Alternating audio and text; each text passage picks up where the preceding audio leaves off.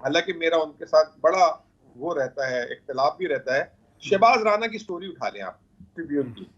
انہوں نے بتایا ہے کہ $40 ارب اس ملک کو اس سال چاہیے جی اور 5 مہینے میں $4.2 ارب آئے ہیں.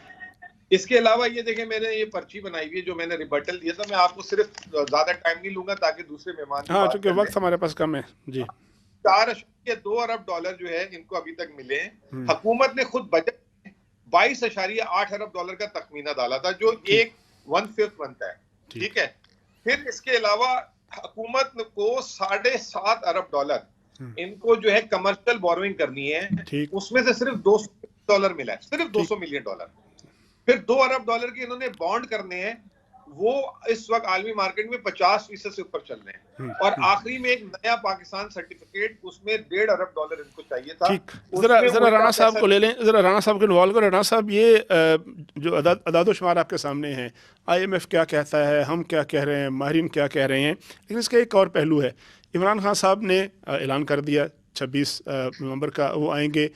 لوگ ان کی جماعت کے آتے ہیں یا نہیں آتے، لیکن مجھے یہ بتائیے گا کہ جس ملک میں ماہر معیشت کہہ رہے ہوں، محکمہ اعداد و شمار، محکمہ شماریات کہہ رہا ہو کہ ملک میں مہنگائی میں 29% اضافہ ہو چکا ہے، کیا ایسے ملک میں لوگ عمران خان کی محبت کی بجائے اپنے مسائل کے لیے مہنگائی کے ہاتھوں تنگ آ کر اس مارچ میں، اس ہجوم میں، اس اجتماع میں نہیں آئیں گے؟ کیونکہ مہنگائی میں دن بدن اضافہ ہو رہا ہے اور 7 مہینے میں کوئی ریلیف آپ نہیں دے سکے آپ کی حکومت.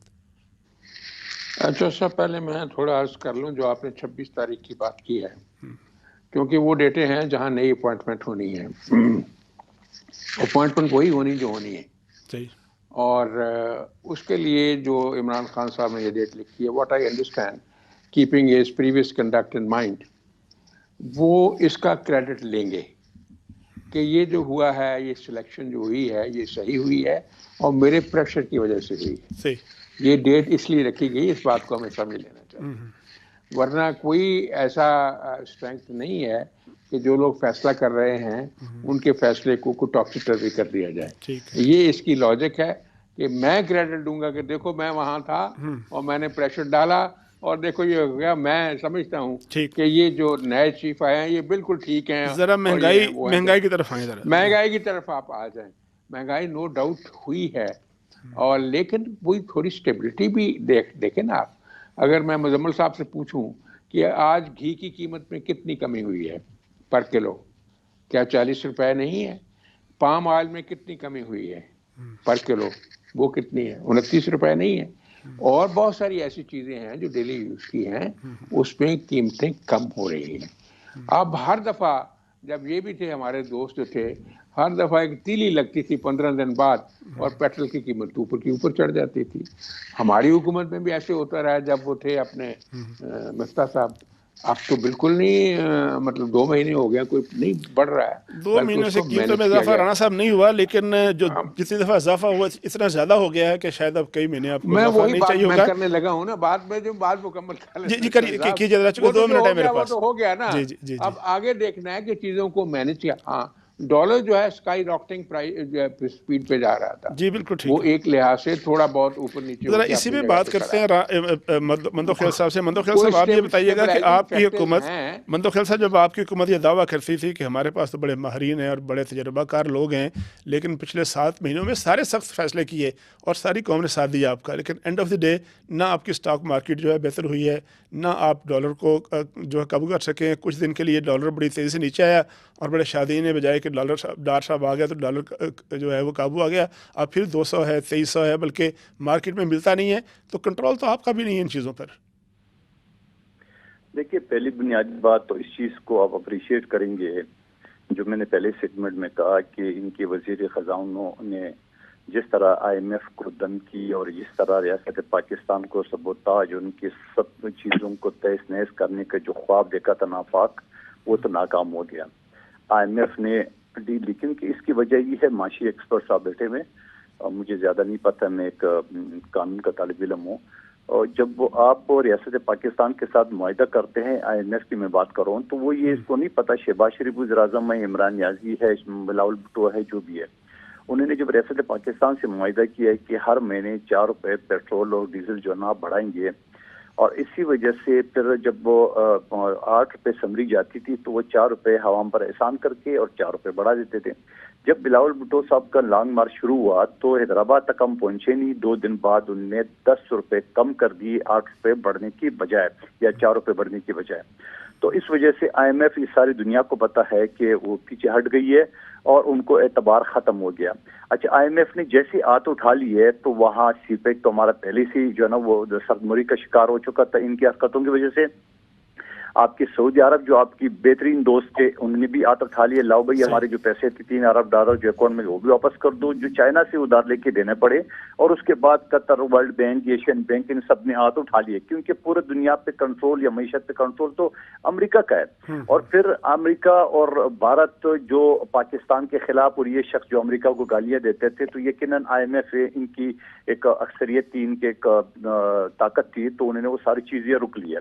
اور پھر نہ صرف اس ڈیل میں ہم کامیاب ہو گئے, موجودہ حکومت چاہے شہباز شریف صاحب ہو یا بلاول بھٹو زرداری صاحب کی جو خارجہ بریک لینی ہے, لیکن آپ کا نقطہ جو ہے یہ آیا کہ آپ مکمل تو کرو, مکمل تو تھوڑا بریک سے پاؤں اٹھا کے بس ختم ہی کرو سر. وہ تو وقت کی مجبوری ہوتی ہے نا سر, مطلب آپ ختم کریں فکر اپنا. ٹھیک سر, میں یہ کروں کہ اس چیز سے میں کامیاب ہو گئے. آئی ایم ایف سے ڈیل میں ہم نے پاکستان کو ایف اے ٹی ایف سے نکال دیا ہے. جی ایس پی پلس کے لیے میرے وزیر خارجہ کام کر رہے ہیں اور ڈالر بھی اس حساب سے نہیں بڑھا جو پہلے تھے. یقیناً اس میں اضافہ نہیں ہوا, اگر کمی نہیں ہوئی تو لیکن آخری بات جب ایک شخص پتھر لے کے روڈ پہ کھڑا ہوا ہے اور پچھلے کئی دنوں سے وہ روڈوں پہ ٹریفک جام, معیشت جام, یہ بڑا اہم نقطہ ہے کہ اگر آپ ہر وقت جو ہے احتجاج پر جو ہے آمادہ رہیں تو پھر ظاہر ہے اکانومی اور جو معیشت ہے اس کا راستہ کہیں نہ کہیں متاثر ہوتا ہے.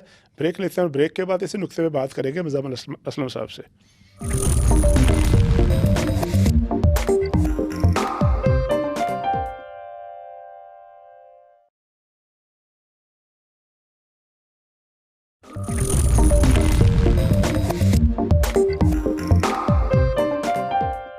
آج ایکسکلوسو میں ایک مرتبہ پھر خوش آمدید. وقت سے پہلے بات چیت ہو رہی تھی ملک میں معاشی صورتحال کی اور دن بدن بڑھتی ہوئی مہنگائی, ایسی مہنگائی جو کہ کنٹرول نہیں ہو رہی.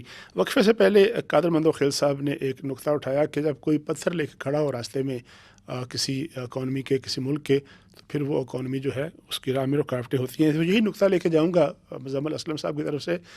مزمل صاحب, جب کسی ملک میں کیوس ہو, افراتفری ہو, ایک سیاسی جماعت یا اس کی سیاسی جماعت کے کمپوننٹ جو ہے خطوط لکھ رہے ہیں باقاعدہ آئی ایم ایف کو کہ آپ جو مادہ ہے اس پہ دوبارہ نظر ثانی کریں, غور کریں, کیا ایسے حالات میں افراتفری میں کیوس میں کسی ملک کی, پاکستان نہ ہو کوئی اور ملک ہو, اس کی معیشت جو ہے وہ کسی مثبت سمت جا سکتی ہے, اور جو بھی جماعت اس کی راہ میں جائز ناجائز رکاوٹ ڈالتی ہے کیا پھر اس کا راستہ جو ہے وہ درست ہو سکتا ہے؟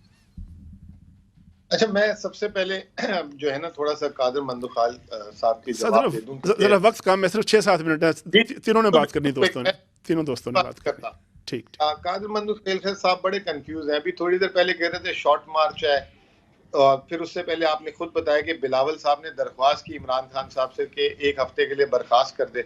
تو پھر یا تو اگر شارٹ مارچ ہے تو ان کو پتھروں سے ڈر کیوں لگ رہا ہے؟ دوسری بات یہ کہ آئی ایم ایف کو کبھی بھی ہم نے کوئی خط نہیں لکھا, وفاقی حکومت کو صوبوں نے لکھنا تھا کہ جو ہے پنجاب اور انہوں نے کہ جی یہ جو سیلاب ہوئے ہم سرپلس نہیں دے سکتے. کبھی بھی آئی ایم ایف کو خط نہیں لکھا. ہاں, اب جو ہے اسحاق ڈار صاحب جب سے وزیر خزانہ بنے ہیں اور جو مفتاح اسماعیل صاحب جو ہے آئی ایم ایف سے معاہدہ کر کے گئے ہیں, اس پہ جو ہے عمل درآمد نہیں ہو رہا, جس کی وجہ سے آئی ایم ایف پاکستان نہیں آ رہا. اب یہ سوال جو ہے ان کو اپنے آپ سے کرنے کی ضرورت ہے. رہی سوال یہ کہ ہم نے اس لانگ مارچ میں جو سب سے بہترین خیال رکھا ہے کہ معیشت جو ہے کہیں پہ اس کو اثر نہ ہو. آپ مجھے ایک بتا دیں, کوئی ایک چیز بتا دیں کہ سعودی عرب کا دورہ جو تھا ایم بی ایس صاحب کا وہ پوسٹ پون ہو گیا. دیکھیں سر, وہ اس پہ بڑی کلیئرٹی آ چکی ہے. ایم بی ایس انڈیا جانا تھا, انڈونیشیا چلے گئے, 4 ملک جانا تھا, اور انہوں نے یہ بھی بول دیا کہ ہم نے کبھی کوئی ڈیٹس ہی نہیں دی.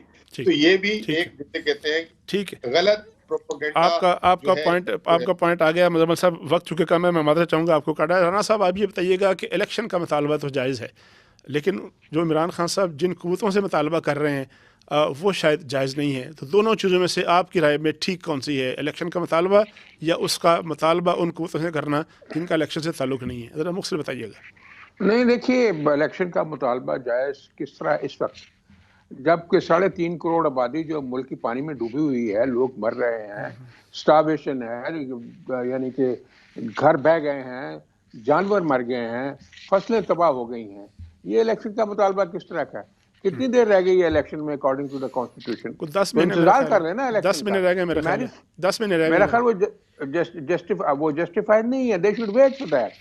دوسری جو آپ بات کر رہے ہیں، کسی سے بھی مطالبہ کریں، کوئی اس کو پورا نہیں کر سکتا. پہلا مطالبہ جو تھا کہ میری مرضی سے اور میری کنسنٹ سے اور میری پارٹیسپیشن سے اپوائنٹمنٹ ہو، وہ بھی نہیں ہوئی ہے اور یہ بھی نہیں ہوگا. اس لیے میرا خیال ہے یہ ٹھیک ہے، اپنی موبلائزیشن کرتے رہیں. اور سب سے بڑا مسئلہ تو ان کے لیے اب کیسز کو فیس کرنا ہے، جو اتنے بڑے کیسز بن چکے ہیں، وہ بھی تو ایک بہت بڑا ایشو ہے نا. ذرا آخری 2 منٹ میں قادر مندوخیل صاحب بولے. قادر صاحب، یہ بلاول صاحب نے کہا کہ جی عمران خان صاحب جو ہیں وہ اس کو تاخیر کا شکار کر دیں، لیکن ہم نے دیکھا ہے کہ حکومت کی طرف سے بھی تو کوئی فیصلہ نہیں ہو رہا. روزانہ خبر آتی ہے، اسمبلی آ رہی ہے، اسمبلی جا رہی ہے، اپائنٹمنٹ ہو گئی ہے، ہونے والی ہے، مشاورت ہو رہی ہے. تو لگتا یوں ہے کہ پی ڈی ایم بھی اس کو سیاست کر رہی ہے کہ ٹھیک ہے جی، پی ٹی آئی اور اسٹیبلشمنٹ آپس میں ذرا آمنے سامنے ہے، تو ہم بھی اس کو لٹکاتے ہیں اور اس پہ ذرا کھیلتے ہیں تاکہ پتہ چلے کہ کون جیتتا ہے کون ہارتا ہے. پہلے کیوں نہیں کر دی گئی؟ وقت سے کئی دفعہ پہلے ہو چکا ہے، ماضی میں مثال موجود ہے کہ جو سی او ایس ہے اس کی اپائنٹمنٹ پہلے ہو گئی، تو آپ بھی کر دیتے. دیکھیے، میں تو کئی مرتبہ یہ کہہ چکا ہوں کہ یہ جو فیصلہ آپ نے کل کرنا تھا تو آج کر ڈالے. یہ مارچ سب بھول جائیں گے، پنڈی بھول جائیں گے، پشاور پہنچ جائیں گے. دوسری بات، یہ جو بلاول صاحب نے درخواست کی ہے وہ اسی معیشت کی وجہ سے، اس وجہ سے نہیں ہے کہ یہ اسلام آباد آئیں گے، بڑی طوفان لے کے آئیں گے. 25 مئی کا حال سب نے دیکھ لیا ہے، اور 6 دن کا کہ آج 6 مہینے بعد بھی پتہ نہیں آئے کہ نہیں آئے. یہ بات ہے معیشت کو، پاکستان کی معیشت کو، جہاں محترم بتا رہے کہ 3.5 کروڑ لوگ بیار و مددگار ہے، اور ہماری جو نقصانات ہے وہ مجھ سے بہتر یہ دونوں صاحبان بتا سکتے ہیں. لیکن سوال یہ کہ اگر 4 آدمی بھی ابھی جو پچھلے دنوں میں جی ٹی روڈ، سارے جو مری روڈ، یہ سارے 25 آدمی بھی نہیں روڈ کے لائن سے کرسیاں لے کے بیٹھے ہوئے تھے، پورا کنٹینر. ایون کہ پختونخوا کا یہ آیا تھا نیوز کہ بھائی وہاں 2 دن آٹے کے اسٹاک رہ گیا.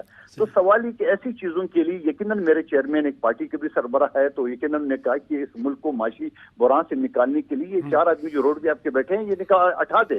اور پھر دوسری بات، جو آپ نے الیکشن کی بات کی ہے، آپ مجھے بتاؤ کیا سندھ میں الیکشن پاسبل ہے؟ کیا 90% سندھ پانی میں ڈوبا ہوا ہے؟ آپ کو آئے روز نظر آ رہے ہیں میڈیا اس کی طرف سے. جی قادر مندوخیل صاحب، بات آپ کی چل رہی تھی لیکن چونکہ وقت جو ہے وہ ختم ہو گیا، تو اس لیے آپ سے معذرت چاہوں گا. جناب مزمل اسلم صاحب، آپ کا شکریہ، آپ تشریف لائے. جناب رانا مقبول صاحب نے لاہور سے ہمیں جوائن کیا. رانا صاحب آپ کا بھی بہت شکریہ. اور قادر مندوخیل صاحب، آخر میں آپ کی بات کٹ گئی، آپ سے نہایت معذرت، لیکن آپ کا شکریہ کہ آپ نے ہمیں جوائن کیا اور ہمیں اپنے نقطہ نظر سے نوازا. یہ تھا آج کا شو، آج ایکسکلوسیو. اپنے میزبان طارق چودھری کو اجازت دیجیے. اللہ حافظ.